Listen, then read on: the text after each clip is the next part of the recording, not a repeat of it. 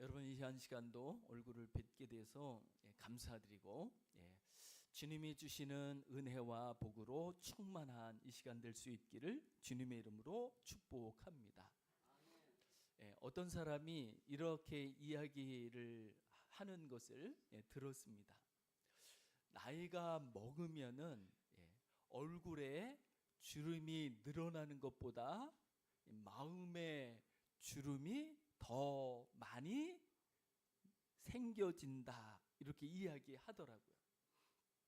그러니까 나이가 들면서 마음을 지키는 것이 쉬운 일이 아니라는 거죠.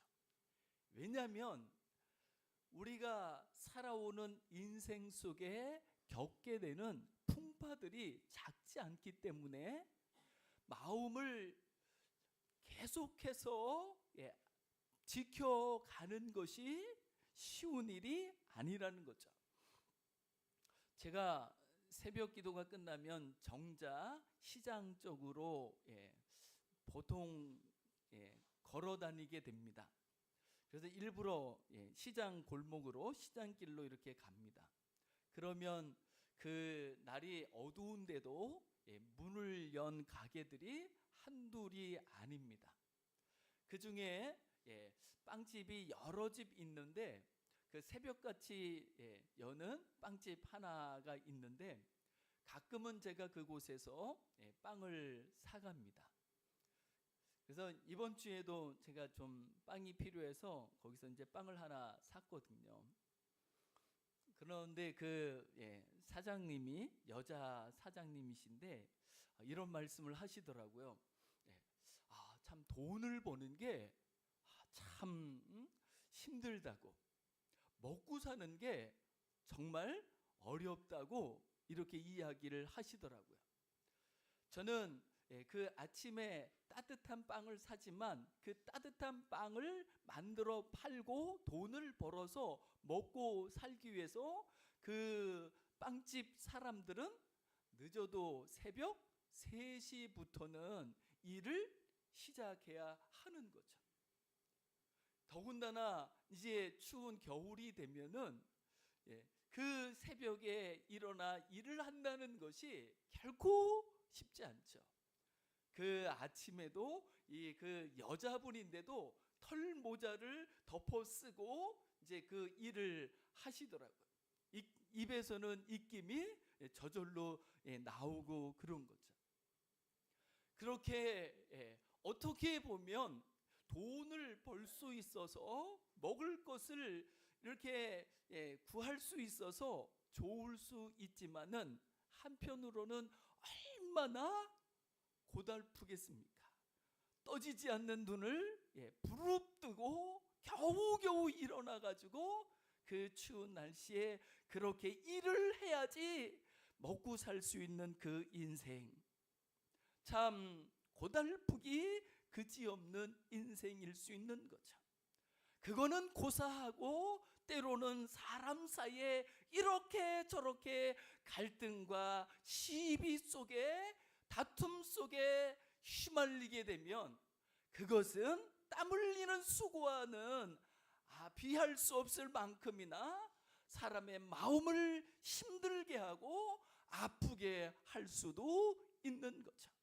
그런 속에 우리의 얼굴에만 주름이 들어가는 것이 아니라 우리의 마음 속에도 주름이 더 깊어져 가고 늘어날 수 있고, 우리의 마음을 지켜간다는 것이 쉽지 않아 낙심할 수도 있고 때로는 절망할 수도 있고 실망하기 일수인 것이 우리의 인생일 수 있는 것 같습니다. 이런 속에서 우리는 어떻게 우리의 마음을 붙잡고 지키면서 우리의 마음을 상실하지 않으며 상심하지 않으면서 살아갈 수 있을까요? 우리는 우리의 마음을 잘 지켜가기 위해서 때로는 힘을 쓰지만 때로는 애를 쓰지만 그럼에도 불구하고 이 마음을 붙잡는다는 것이, 마음을 지킨다는 것이 내 힘으로만은, 내 능으로만은 아니 돼요. 내 마음이 어디로 흘러가는지, 내 마음이 어디로 떠내려가는지, 내 마음이 어떻게 망가지는지도 모를 지경이 되어 버릴 수가 얼마든지 있을 수 있는 거죠. 힘으로 아니 된다 할지라도, 내 능으로 아니 된다 할지라도 우리가 우리의 마음을 지킬 수 있는 길이 있다고 저는 믿습니다. 그것은 바로 우리에게 마음을 주신 진정한 우리 마음의 주인이 되셔야 하는 살아계신 하나님이신 줄 믿습니다. 그 하나님 안에서라면 우리는 우리의 마음을 지켜갈 수 있는 줄 믿습니다. 그래서 세상이 다 나를 버릴지라도, 세상이 다 나를 미워할지라도 그 하나님 안에서 우리는 우리의 마음을 잘 지키며 아름답게 가꾸며, 우리의 마음은 여전히 변질되지 않고 망가지지 않고, 우리의 마음은 참으로 좋은 마음, 꽃밭 같은 마음, 천국 같은 마음으로 살아갈 수 있다고 한다면 그 사람이야말로 진정한 행복자요 승리자인 줄 믿습니다. 그러기에 이 한 시간도 우리의 눈을 들어 우리의 마음을 붙잡아 주실 수 있고 지켜줄 수 있는 살아계신 하나님을 바라보며 우리의 마음을 하나님 앞에 의탁할 수 있는 시간 될 수 있으면 좋겠습니다. 뿐만 아니라 하나님의 마음 속에, 하나님 안에 우리가 어떤 사람으로 자리하고 있는지, 하나님이 우리를 얼마나 위하시며 얼마나 사랑하시는지를 깨달아 하나님의 마음을 알아 하나님의 마음 속에 있는 나, 그 나로서 살아가고 존재할 수 있는 우리가 될 수 있으면 좋겠습니다. 여러분 혹시 생각해 보셨습니까? 하나님의 마음 속에는 나라는 사람이 어떤 사람으로 자리할까? 저는 가끔 제가 저를 생각할 적에는요, 어떤 때는 참 못났다, 참 싫다, 사람이 어떻게 이 모양이냐라고 제 자신을 저절로 헤아리고 비난하고 비판하고 원망할 때가 얼마든지 있는 것을 보게 됩니다. 다른 사람은 둘째치고 나 자신조차도 나에 대해서 막 환영하고, 그리고 귀하게 여기고 보배롭게 생각하고, 이렇게 자신을 보듬는 것이 아니라 자신을 향하여 비난하고 또 정죄하고 자신을 그렇게 못 살게 구는 일들이 스스로도 얼마든지 있을 수 있는 거죠. 그럴 때 저는 다시 한번 하나님을 바라보게 됩니다. 그래서 제가 하나님 앞에 머무를 수 있는, 하나님을 생각할 수 있는 시간들을 가질 수 있도록 하나님이 은혜를 베풀어 주신 것이 얼마나 감사한지 모릅니다. 저는 목사라는 직분 때문에 교회에 정한 예배에는요, 제가 의무적으로 참석을 해야 합니다. 그리고 제가 또 하나님 앞에 정한 특별한 다른 사람들과의 일이나 약속이 없으면 매일 밤 9시에 교회에 나와서 하나님의 얼굴을 구하며 하나님에게 한 걸음이라도 더 가까이 가려고 합니다. 그런데 교회에서 정한 예배 시간에 제가 싫든 좋든 참석해야 하는 것, 그리고 하나님 앞에 제가 정한 작은 그 약속들, 그 시간을 지키려고 하다 보면 하나님을 부르게 되고 하나님을 찾게 되고, 그렇게 되면 하나님을 더 알아가게 되되 하나님의 그 마음 속에 나라는 사람이 어떤 존재로 있는지를 느끼게 되고 깨닫게 되고, 그러면 그것이 저에게는 한없는 위로가 되고 소망이 되고 힘이 되는 것을 느껴 그 은혜로서 서게 되고, 그 은혜로서 또 7전 8기하며 용기 100배하며 살아가게 되는 줄 믿습니다.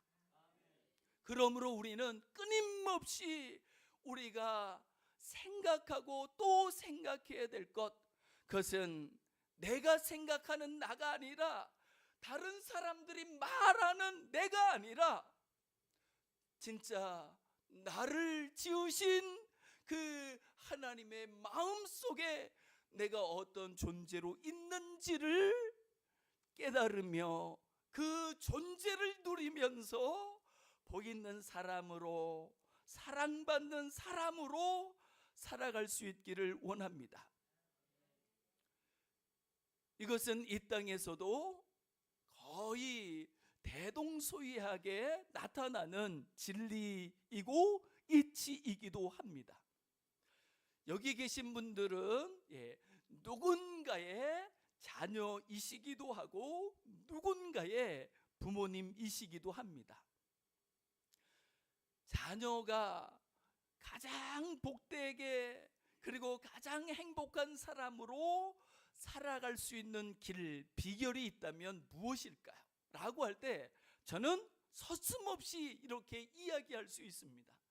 그것은 부모님의 마음 속에 자기가 어떤 존재로 있는지, 어떤 사람인지, 그 부모님에게 자기가 얼마나 소중하며 얼마나 보배로운지 부모님의 마음속에 있는 자기로서 살아갈 수 있다고 한다면 아마 누구든지 얼마든지 내가 가장 귀한 사람이구나, 내가 가장 보배로운 사람이구나 라고 자신을 복되게 여기면서 복 있는 사람으로, 소중한 사람으로 살아갈 수 있다고 저는 믿습니다. 오늘 본문에 보면 욥이라는 사람이 등장하여 자신의 인생을 탄식하지만 그 탄식으로도 자기가 살아가는 오늘이라는 이 날에 겪는 그 어려움들을, 그 현실을 감당할 길 없어 마음이 무너져 버리게 되는 것을 볼 수 있습니다. 1절을 보면 욥이 대답을 하여 말합니다. 2절입니다. 오늘도. 저는 이 욥이 오늘이라고 이야기하는 이 오늘이요, 얼마나 가슴 아프고 무겁게 느껴지는지 모릅니다. 우리도 살다 보면 오늘이라 일컫는 이 날이 너무나도 버겁고 너무나도 힘들어가지고 어찌할 바를 몰라 우리 마음에 있었던 그 모든 소망조차도 다 쓰러져가고 사라져가는 오늘을 경험해 본 분들이 많이 계실 겁니다.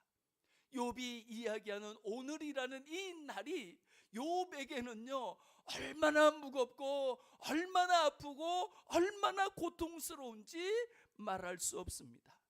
그래서 오늘이라고 일컫는 이 날을 욥이 받을 수 없어서 반항하는 마음이 생겼다고, 온갖 근심과 걱정이 생겼다고 고백하고 있는 것을 볼 수 있습니다. 오늘도 내게 반항하는 마음과 근심이 있나니 오죽하면 이 오늘이라고 일컫는 이 날에 욥의 마음에 하나님 이게 뭡니까? 도대체 어떻게 살란 말입니까?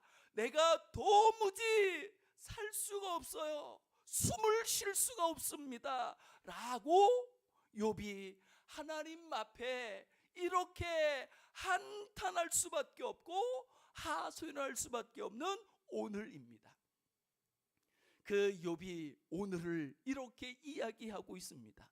2절 하반절을 보면 내가 받는 재앙이라고 고백하고 있습니다. 욥이 지금 살고 있는 오늘이라는 날은 재앙의 날이라고 욥이 여길 수밖에 없었습니다.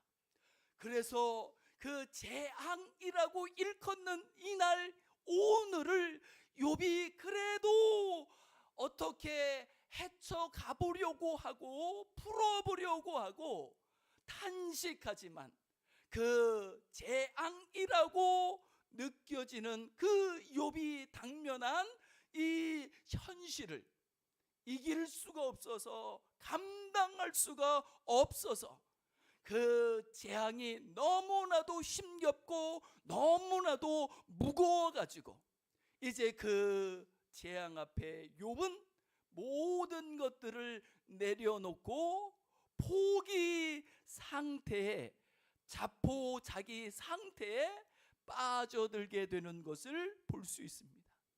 그럼에도 불구하고 정말 감사하고 놀라운 것은 욥에게는요 하나님이 여전히 하나님으로 존재하고 계셨다는 것입니다.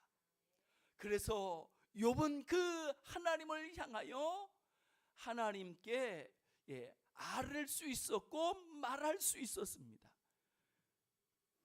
좋은 말은 아니지만 3절 4절을 보면 거듭해서 나오는 단어가 있습니다.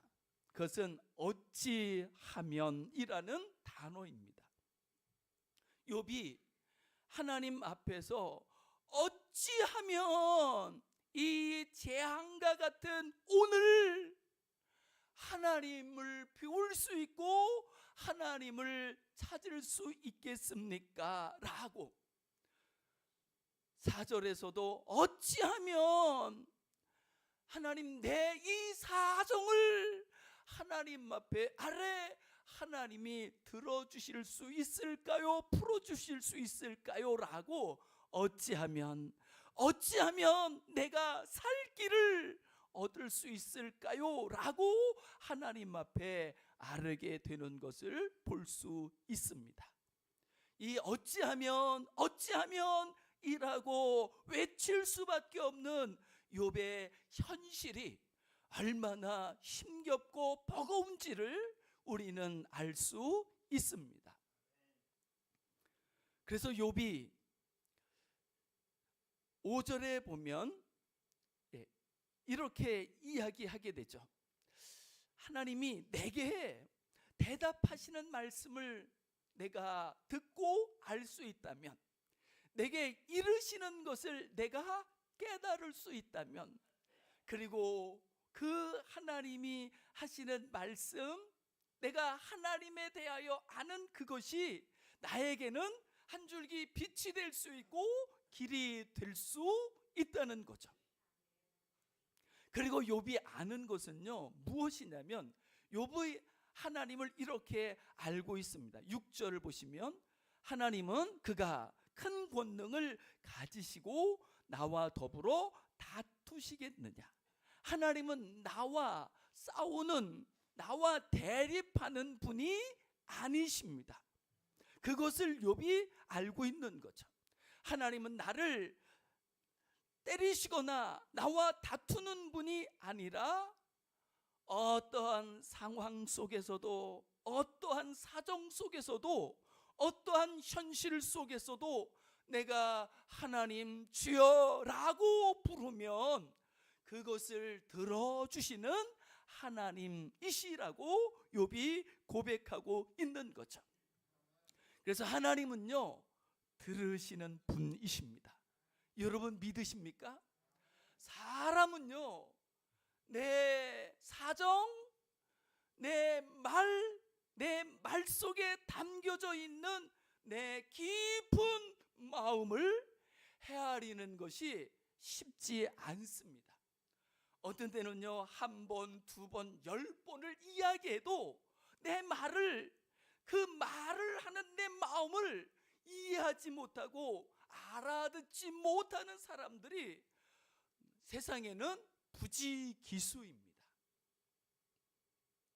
그런데 하나님은요, 내 한마디의 외침조차도 외면하지 아니하시고 귀 기울여 마음을 담아 다 들어주실 뿐만 아니라 그 한마디 말 속에 담겨져 있는 내 상한 마음도, 내 모든 쓸쓸하고 허전한 마음도, 상심한 마음도, 깨진 마음도 다 알아주시고 들어주시는 하나님이신 줄 믿습니다.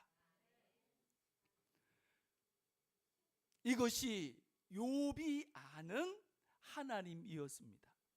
그런데 지금 당장에 어떤 문제가 있냐면, 분명히 하나님은 이렇게 들어주시는 하나님이시고 알아주시는 하나님이신데, 지금은 하나님이 욥에게 어떤 하나님 같냐면, 8절 말씀을 보면 하나님은 들어주시는 분인데, 그런데 내가 앞으로 가도 하나님이 안 보여요. 뒤로 가도 그곳에도 하나님이 없는 것 같습니다. 분명 하나님은 지금도 일하시는 하나님이신데 나는 그 하나님을 만날 수가 없어요. 하나님은 오른쪽에서도 분명히 역사하시는 분인데 그 하나님을 배울 수가 없어 하나님을 느낄 수가 없습니다. 지금 욥은 재앙 속에 있는데 그 재앙 속에서 하나님을 찾지만 하나님은 지금 욥에게 아무런 응답도 하시지 않고 침묵하고 계시는 분, 마치 안 계신 분 같은 하나님이라고 욥이 고백하는 거죠. 분명히 하나님을 욥이 아는데 그 하나님이 지금 자기에게 아무런 응답도 역사도 하지 않는 이 시간이 마치 욥에게는 하나님이 없는 하나님처럼 느껴져, 하나님은 이제 내 편이 아니신가 보다, 하나님은 이제 나를 버리셨는가 보다 라고 생각할 지경이 돼버리고 마른 거죠. 이때 욥은 얼마나 답답한지, 욥의 시간은 마치 어둠 같고 칠흑같이 캄캄한 흑암이 되어 버렸습니다. 그런데 그 다음에 욥이 하는 고백을 보면 얼마나 놀랍고 아름다운지. 10절입니다. 지금 하나님이 역사를 하지 않으셔요. 나와는 상관이 없는 것 같아요. 그런데 욥이 뭐라고 그래요? 그러나 이 고백이 이제 우리의 고백이 될 수 있기를 주님의 이름으로 축복합니다. 욥이 뭐라고 그래요? 내가 가는 길을 나는 모르지만, 지금 내가 왜 이렇게 살아가야 하는지 나는 모르지만, 내가 오늘이라 일컫는 일 아래 왜 이렇게 재앙 같은 어려움과 고통을 당하여야 하는지 나는 모르지만 누구는 아신다고요? 하나님은 아십니다. 그래서 내가 가는 길을 나는 모르지만 그가 하나님은 아시나니, 내가 모르는, 내가 감당할 수 없는 이 날, 이 오늘 이 재앙을 통하여 하나님께서는 나를 단련하실 거라고, 그리고 하나님이 이 재앙을 통하여 나를 단련하신 다음에는 내가 송금같이 되어 나올 거라고 이야기하고 있습니다. 저는 이 순금같이라는 단어를 이렇게 생각하고 싶습니다. 이 순금같이란 우리의 어떤 외적인 변화가 아니라, 우리 상황의 변화가 아니라 나를 사랑하시는 하나님의 마음 속에 있는 나라는 존재를 내가 깨닫고 하나님의 마음 속에 있는 나를 알아 그 나로서 존재하는 것이라고 저는 믿습니다. 마치 부모님에게는요, 이 세상에 수많은 사람들이 있어도 때로는 못난 것 같고 모자른 것 같고 아닌 것 같은 내 자녀와는 비교가 되지 않습니다. 부모님에게 이 세상에서 최고는 누구일까요? 남편이 아닌 것은 틀림없습니다. 여보가 아닌 것도 틀림이 없습니다. 그러나 자녀는요, 자녀는 그 부모님에게는요 최고입니다. 여러분, 이 진실을 믿으십니까? 물론 부모님은요 연약해도 심히 연약한 존재일 때가 많습니다.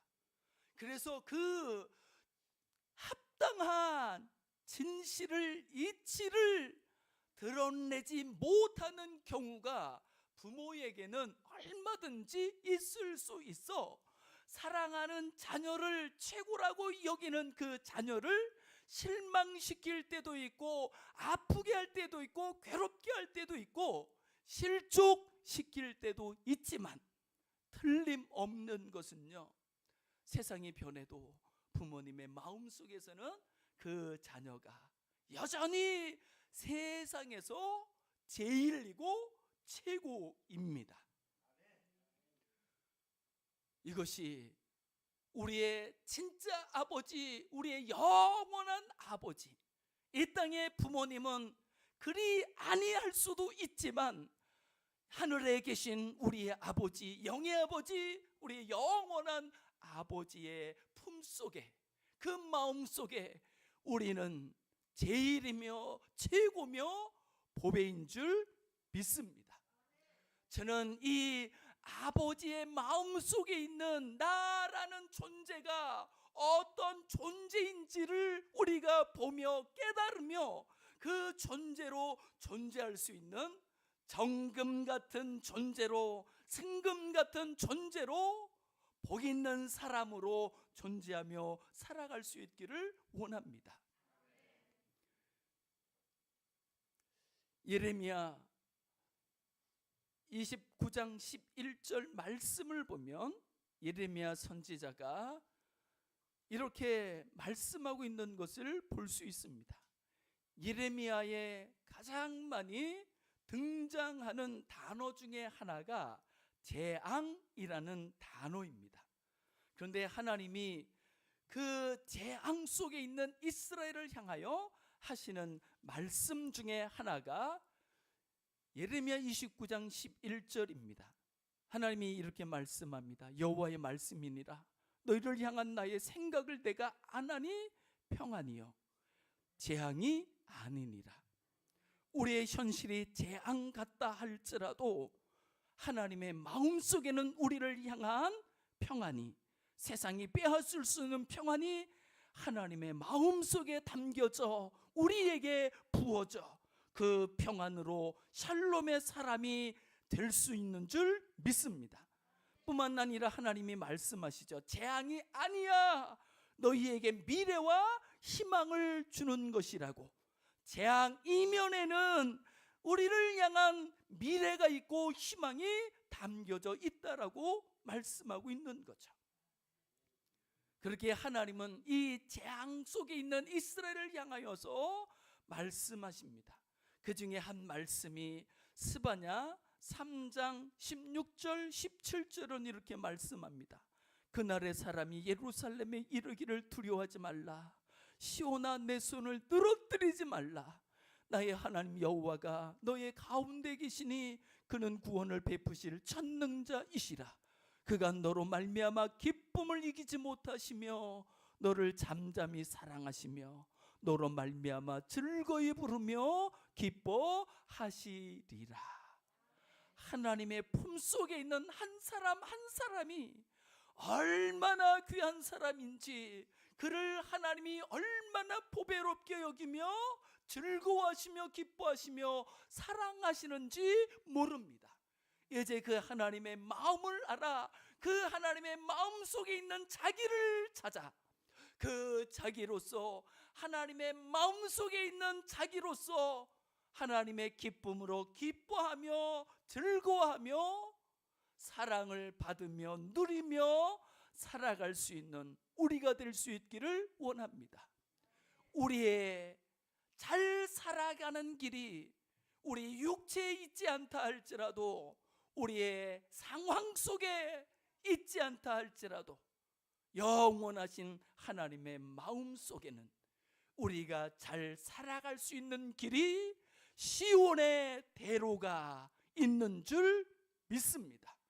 그 하나님의 마음 속으로 들어가 그 하나님의 마음을 보며 들으며 그 마음을 따라 정금 같은 존재가 되어 세상이 어찌든 사람이 어찌든 세상 풍파가 어찌든 그 속에서도 오직 하나님을 믿는 믿음을 가지고 정금 같은 사람으로, 사랑받는 사람으로, 가장 귀하고 복 있는 사람으로 살아갈 수 있기를 주님의 이름으로 축복합니다.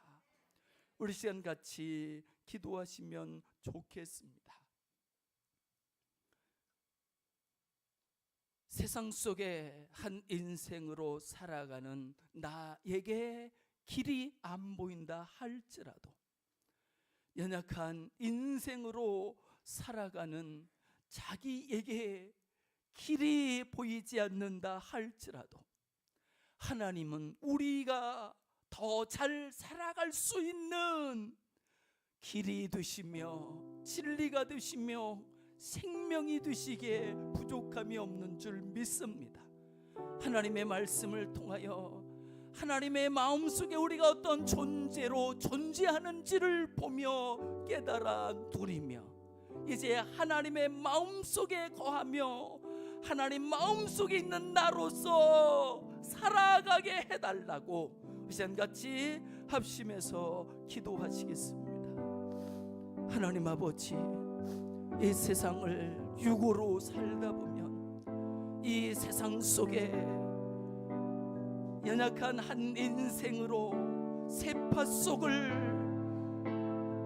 허우적거리다 보면 주님, 우리는 우리 자신을 상실할 때가 마음도 깨지고 소망도 사라져 버려 어찌 살까 싶은 낙심과 절망 속에 빠져버릴 때가 얼마든지 있습니다. 그때 세상도 사람도 나도 구원의 길이 될 수 없지만 하나님은 여전히 우리의 구원의 하나님이요 구원의 길이 되시는 줄 믿습니다. 사방으로 우겨쌈을 당하여 답답한 현실 속에서도 하나님은 능히 우리의 길이 되시며 우리의 한 줄기 빛이 되시며 우리의 갈 바를 이끄시기에 부족함이 없는 분이신 줄 믿습니다.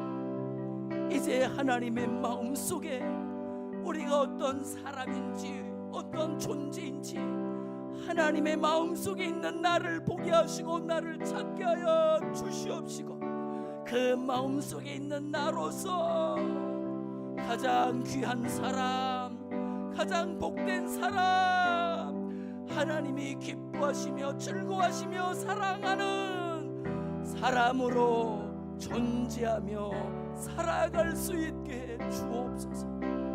하나님, 그것만이 우리가 이 어둡고 막한 세상을 능히 헤쳐 새날을 열어갈 수 있는 소망이요 희망이요 길이 되는 줄 믿습니다.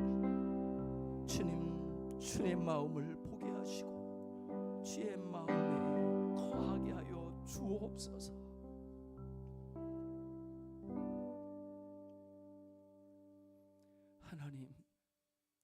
하나님의 마음이 우리의 거처가 되어 하나님의 마음 속에 있는 우리가 되어 가장 귀하고 가장 보배롭고 가장 사랑받는 사람으로 존재하게 하시고 살아갈 수 있게 하옵소서.